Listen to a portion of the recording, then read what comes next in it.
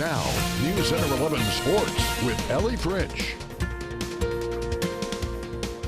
The SEC baseball tournament began today in Hoover, and one team that desperately needs to win it all this week is Alabama. The Crimson Tide are currently one of the first 4 teams out for this year's NCAA tournament, so a win this week could very well move them back into postseason contention.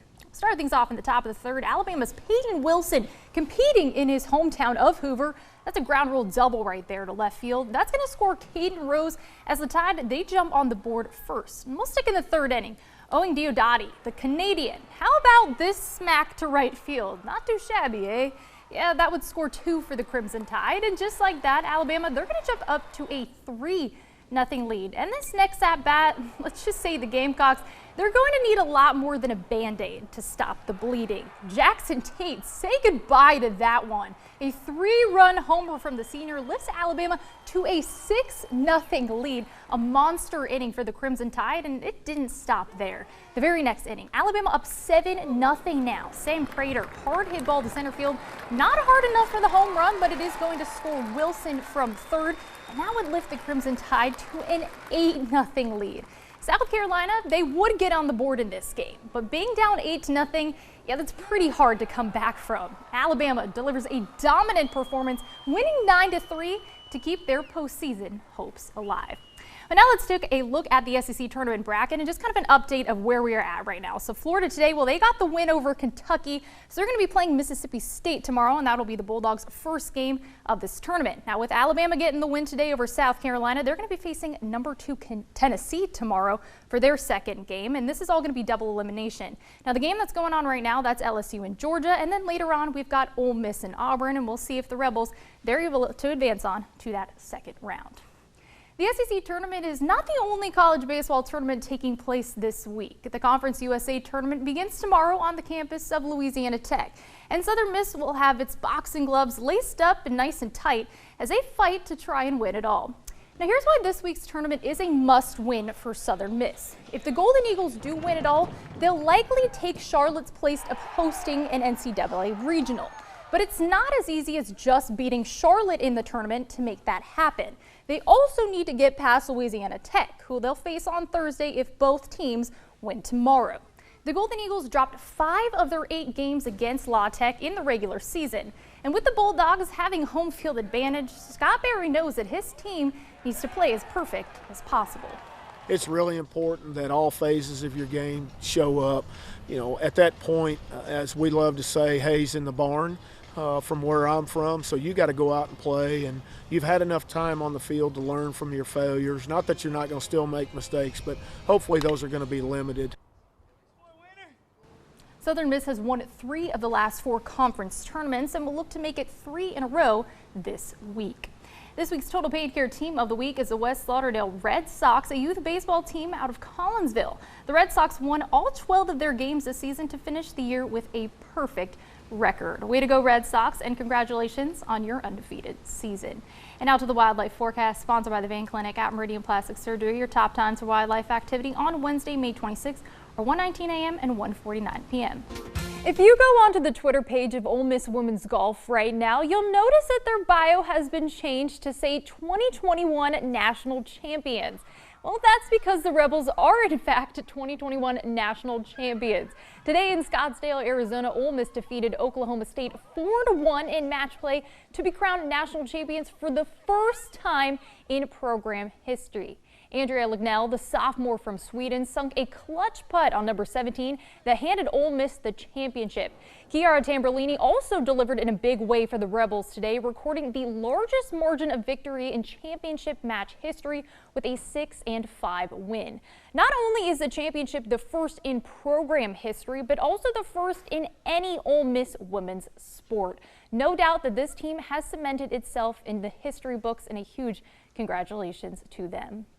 Alabama baseball entered this week's SEC tournament knowing it needed to make a pretty deep push to prove why it belongs in the NCAA tournament. So far, the Crimson Tide, they've done just that, upsetting number 4 Tennessee today to stay unbeaten in tournament play.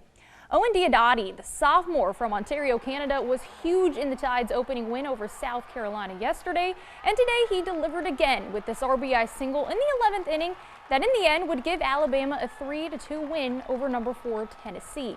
The Crimson Tide are heating up at the right time, and Diodati said this team doesn't plan on cooling down anytime soon.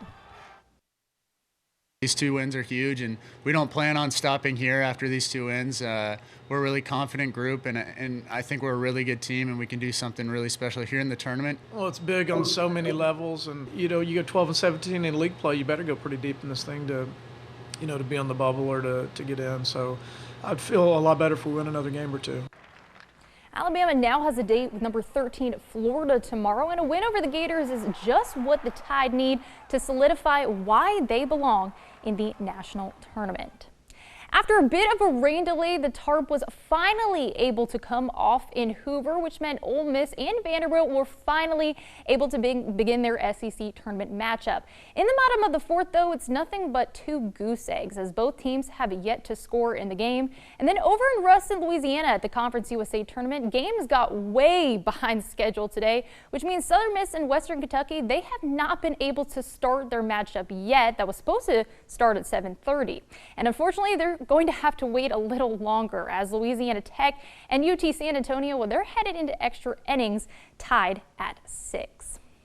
With the junior college baseball season coming to a close in Mississippi, postseason awards were announced Monday by the Mississippi Association of Community Colleges Conference. All 3 of our area schools in East Central, East Mississippi, and Meridian Community College had players receive postseason honors. Starting with East Central, the Warriors, they had 2 players in Amani Larry and Walker Johnson make first team, while Clay Cook received second team honors. 4 other players in Eli Harrison, Hayden West, Gage Tufnell, and Roper Ball all received honorable mentions. And up in Scuba, 4 Lions in Austin Beach, Blaze Berry, Cade Davis, and Ryan McLaughlin received honorable mentions for their efforts this season.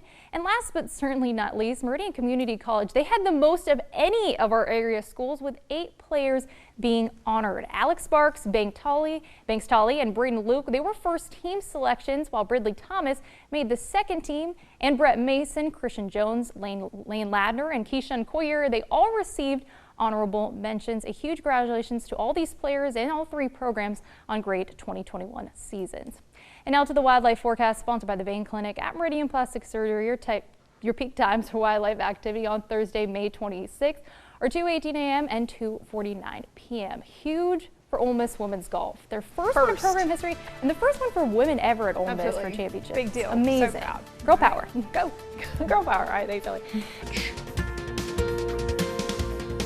Competing for state championships is nothing new for West Lauderdale baseball. The Knights have won 14 state titles, with the most recent coming in 2017. The Knights, though, they're looking to add the number 21 to the wall at Jerry Boatner Field, but they'll first have to get through this week's North State Championship. They'll be facing Moorville, who, just like the Knights, last won a state championship in 2017, but in Class 3A. Because West Lauderdale has become such a powerhouse for baseball, the team knows it has a target on its back. But senior Mason Willis said the team embraces the pressure and works hard to uphold their winning tradition.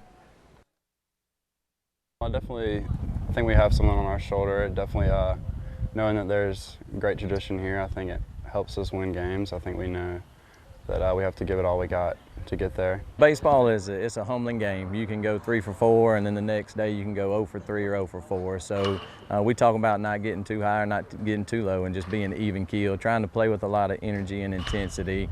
But it's just the expectation that's been set here, and these guys have done really well this year. Game 1 of the North State Championship will take place tomorrow at the Kingdom of West Lauderdale, with first pitch set for 7 p.m. In junior college baseball, it's a battle of 2 of our area JUCOs in the Region 23 tournament. MCC at East Central, they are facing off right now in Poplarville. And in the top of the 3rd, the Eagles, they would tack on a run to take a slight 2-1 lead. Now, if East Central hopes to continue the 2021 season, well, this game is a must-win for them. And of course, we'll have that final score later for you at 10. Jackson State baseball began SWAC tournament play today, and it was a cat fight as the Tigers, they faced another Tiger team in Southern Texas. And in the top of the 9th, Jackson State, they are holding a 7-4 slight lead. And the winner of tonight's game, well, they're going to face the winner of the Prairie View A&M and Alcorn State game that is taking place after this game is over. He's done it! Spencer Spencer Turnbull throws the 8th no-hitter in Tigers history. Last night, the 5th no-hitter of the Major League Baseball season happened, and the man responsible for it is a Demopolis native. 28-year-old Spencer Turnbull of the Detroit Tigers shut out the Seattle Mariners en route to a 5-0 victory. Turnbull played high school ball, though, in Mississippi at Madison Central before returning back to Alabama to play college ball for the Crimson Tide.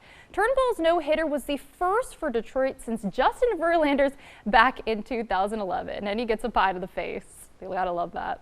Well, the second major championship of 2021 begins tomorrow. The Ocean Course at Kiawah Island is the host of this year's PGA Championship, and many of the tournament's 156 golfers have been in South Carolina since Monday, preparing for the big event. Now, this guy, the legendary John Daly, knows a thing or two about winning the PGA Championship after winning the tournament in 1991 for his first ever major.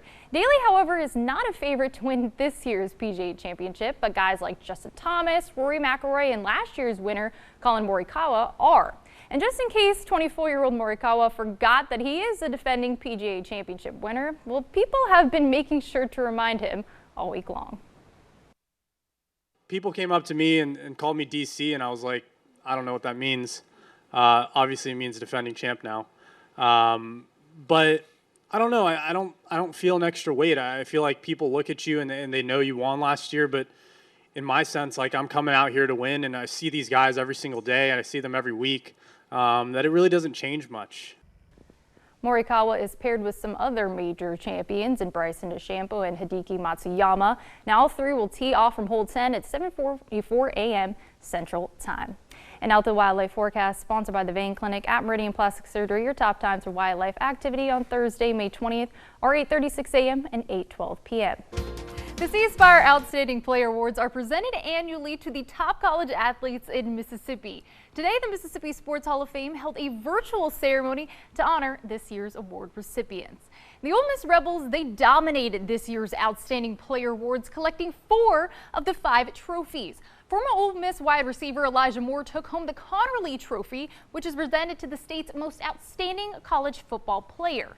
Moore's teammate Royce Newman received the whole trophy, which is awarded to the best offensive lineman. Now, Moore was taken by the New York Jets in the second round of this year's NFL draft, while Newman was selected by the Green Bay Packers in the 4th round. Ole Miss basketball standouts Devontae Shuler and Shakira Austin won the Howell and Gillum Trophy, which are given to the best men's and women's college basketball players. Austin is the first Ole Miss women's basketball player to win the Gillum Trophy since its inception in 2008. And last but not least, Mississippi State's Tanner Allen won the Ferris Award presented to the top college baseball player. The lefty won this year's SEC batting title by hitting in a very impressive .387. Today must be award day because this afternoon the SEC unveiled its 2021 baseball award winners and all-conference teams. To no surprise, several Mississippi State, Ole Miss, and Alabama players received conference honors. Starting with Alabama, junior catcher Sam Prater was a first-team All-SEC selection, while sophomore third baseman Zane Denton picked up 2 honors in All-SEC newcomer and defensive team. Up in Oxford, Ole Miss Tim Elko won the individual honor of SEC Scholar Athlete of the Year. And fun fact, the senior is an exercise science major, which is very cool. Other honors for the Rebels include pitcher Doug Nikhazy being named first team and catcher Hayden Dunhurst picking up 3 All-SEC honors. And finally, in Starkville, Mississippi State also receiving several selections. Outfielder Tanner Allen was tabbed as SEC Player of the Year and is a first-team selection, which of course is no surprise. And pitcher Landon Sims was named to both the second team and newcomer team. The SEC baseball tournament begins tomorrow, but with Mississippi State earning a first-round bye, the 3-seed Diamond Dogs won't begin play until Wednesday. The Bulldogs ended the regular season with 40 wins, including a 20-10 record in conference play. It's expected MSU will be one of the 16 teams to earn a national seed and host an NCAA regional, which means this week's SEC tournament is not a must-win. However, head coach Chris Lemonis still expects his team to perform well this week in order to prepare for the national tournament. We're going there to play good baseball all week long. So, for us, the more we win, the better situation it puts us in. We're I want to go into regional play feeling good about our team and feeling good about the way we're playing. We won't probably push pitchers and put them in bad situations, but hopefully we set up now that we have the bye to where we can go out there and compete every game, and hopefully we're playing there at the end of the week. The Bulldogs will face the winner of tomorrow's Kentucky-Florida game on Wednesday. After NASCAR's Sunday debut at Circuit of the Americas, this is where we stand in the Cup Series points. Denny Hamlin still leading the pack despite still searching for his first win of the season. Rounding out the top 5 are William Byron, Kyle Larson, Joey Logano, and Chase Elliott, who finally picked up his first win of the season on Sunday. The rest of the top 10 include Martin Truex Jr., Ryan Blaney, Kevin Harvick, Brad Keselowski, and Kyle Busch. Now to the wildlife forecast, sponsored by the Vein Clinic at Meridian Plastic Surgery. Your top times for wildlife activity on Tuesday, May 25th are 1:26 a.m. and 12:50 p.m. Tom, I know the debut at Circuit of the Americas is not quite what everyone was hoping for with the rain. NASCAR just can't catch a break. It was full of chaos, though, and I think that was entertaining. Chaos and crashes, and the two go together. So. Exactly, they certainly do. Yeah. So does NASCAR. All right, thanks Right. a whole lot, Ellie French.